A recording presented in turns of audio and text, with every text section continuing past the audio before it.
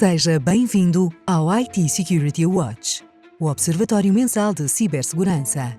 Este espaço é patrocinado pela Balurk, serviços de consultoria em cibersegurança. Acompanhamos a evolução da segurança digital. Oferecemos serviços de excelência que protegem o ciclo de vida de desenvolvimento das aplicações. Na Balurk, contribuímos para um mundo digital mais seguro.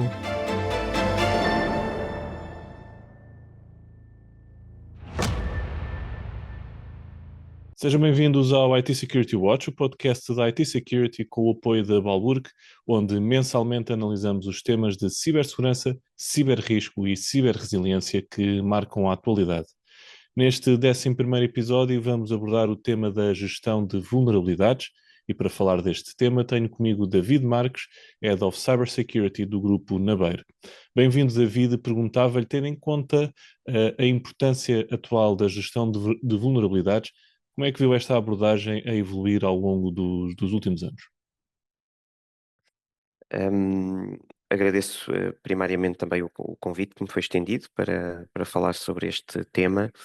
E em relação à questão em particular, eu creio que efetivamente tem existido uma evolução bastante grande em relação à forma como nós abordamos as vulnerabilidades e a gestão das mesmas. E se nós olharmos àquilo que é o passado neste sentido, não é? E se voltarmos um bocadinho aos anos 90, início dos anos 2000, a abordagem era completamente reativa, ou seja, as vulnerabilidades tipicamente eram corrigidas apenas depois de serem exploradas pelos atacantes, que tipicamente também eram os primeiros a conseguir descobri-las. E eu até diria quase os únicos, não é? Porque vivíamos numa época em que temas como o Vulnerability Research, os Security Researchers, o tema era complexo porque quem eventualmente até encontrava vulnerabilidades e reportava, corria o risco de ter processos legais complexos, não é? O que fez com que aqueles primeiros tempos fossem tempos mais difíceis.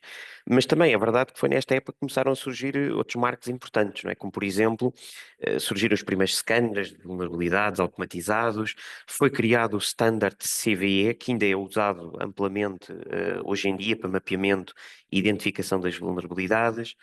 Um bocadinho mais tarde, alguns anos depois, surge outro padrão importante que também é usado hoje em dia, que é o CVSS, o Standard de Classificação, que acabou por começar a trazer algo que hoje é relativamente comum, que é o conceito de nível de risco associado às vulnerabilidades.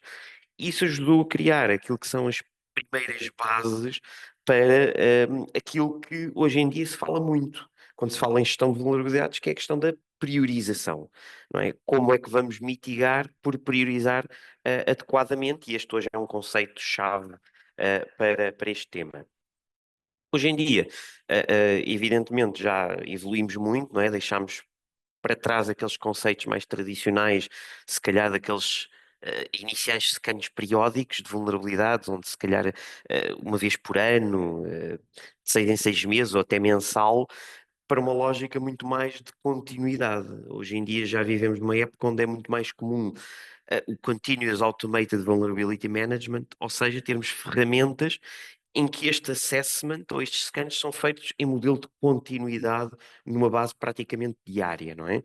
Acrescentamos também contexto às vulnerabilidades, acrescentamos muitas vezes threat intelligence, ou seja, o que é que efetivamente está a acontecer àquela vulnerabilidade lá fora no mercado, e isso, todo este conjunto de informação acaba por auxiliar muito todo este processo de patching, de mitigação, que no passado era completamente manual e hoje evoluímos muito. É verdade que evoluímos muito, continuam a existir desafios, alguns complexos, e é fácil perceber, porque se olharmos ao número de CVEs que saem anualmente, percebemos que estamos a falar de milhares e milhares de vulnerabilidades novas a cada ano.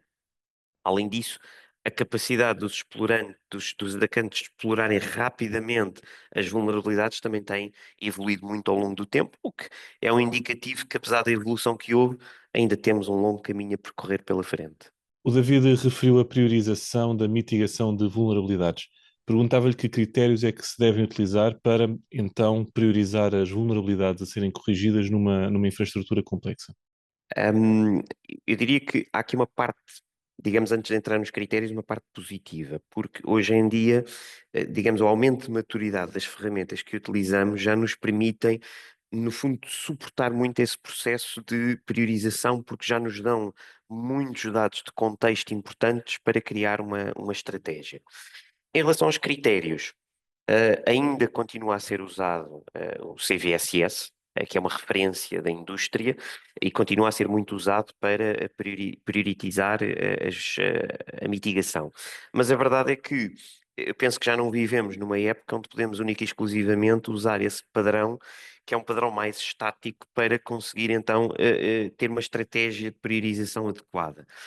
Temos, por exemplo, talvez padrões mais recentes, como o EPSS, que é o Exploit Prediction Scoring System, que é um padrão muito mais focado no risco efetivo de uma vulnerabilidade ser explorada no período de 30 dias. E que, por sua vez, é dinâmico. Porquê? Porque tudo aquilo que acontece no mercado acaba por afetar a capacidade de alguém explorar aquela vulnerabilidade nos dias à frente. Portanto, o que permite definir com muito mais foco onde é que as equipas de gestão de vulnerabilidades podem efetivamente gastar o seu tempo para garantir a mitigação ou o patching. Além disso, existem outros critérios que devem ser considerados no programa. Alguns mais genéricos, outros mais específicos de cada organização. Mas, por exemplo, critérios como a criticidade de uma determinada aplicação ou de um sistema para um negócio. Se estamos a falar de ambientes de desenvolvimento ou ambientes produtivos. Até que ponto é que aqueles ambientes dentro da organização estão isolados ou se estamos a falar de aplicações ou sistemas que têm exposição direta e pública para a internet.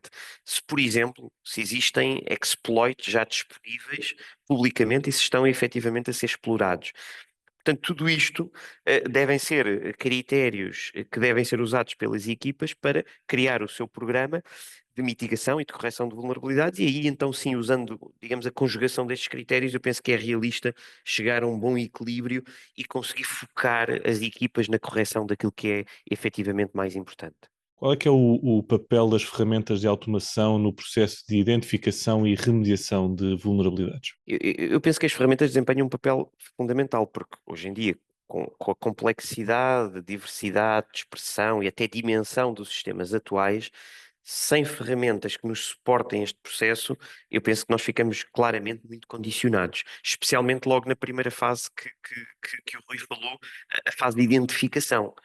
Aí sim é a área onde eu acredito que as ferramentas atuais já ajudam muito no processo de conseguirmos identificar neste ambiente complexo as vulnerabilidades e fazem bem essa parte do trabalho.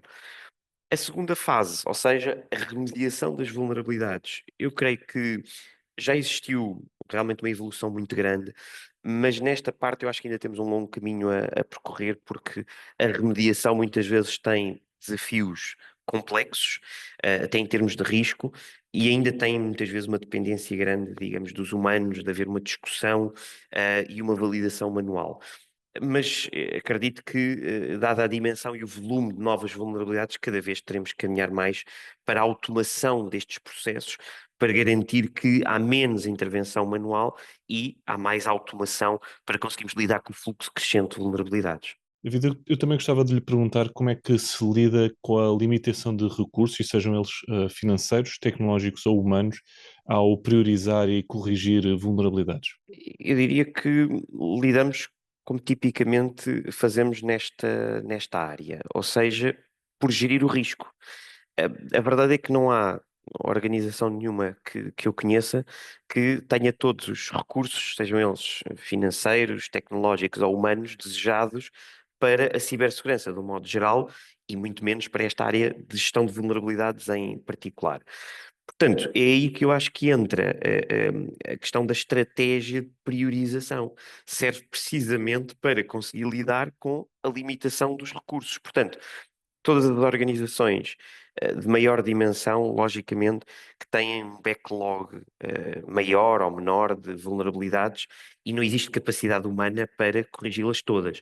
Daí que o fator diferenciador pode ser precisamente qual é a estratégia de priorização que adotamos para, digamos, gerir o risco e gerir a limitação de recursos existentes na área. Que conselhos é que deixa para outros CISO que eventualmente estão a estruturar um programa de gestão de vulnerabilidades? Dois conselhos ou duas coisas importantes a ter em mente. Uma delas, primeiro, a escolha digamos, da ferramenta tecnológica que vai dar suporte ao processo. É preciso entender o que é que se pretende atingir para depois perceber se as ferramentas ou a ferramenta escolhida dão resposta àquilo que são as necessidades da organização. E, evidentemente, adequar esta escolha àquilo que também é o nível de maturidade da própria organização e da equipa de segurança. Em segundo lugar, esquecer a ideia de ir atrás de corrigir as vulnerabilidades todas ou corrigir o maior número de vulnerabilidades possível, esquecer essa questão do número e focar muito mais no risco, criar um programa que enderece o risco real das vulnerabilidades para a organização e usar a capacidade existente dentro de casa de remediação para corrigir aquilo que efetivamente traz um nível de risco mais elevado. David, obrigado pela sua disponibilidade e pela partilha de informação sobre este tema. O IT Security Watch, com o apoio da Balurk, volta no próximo mês para mais um episódio com um novo convidado.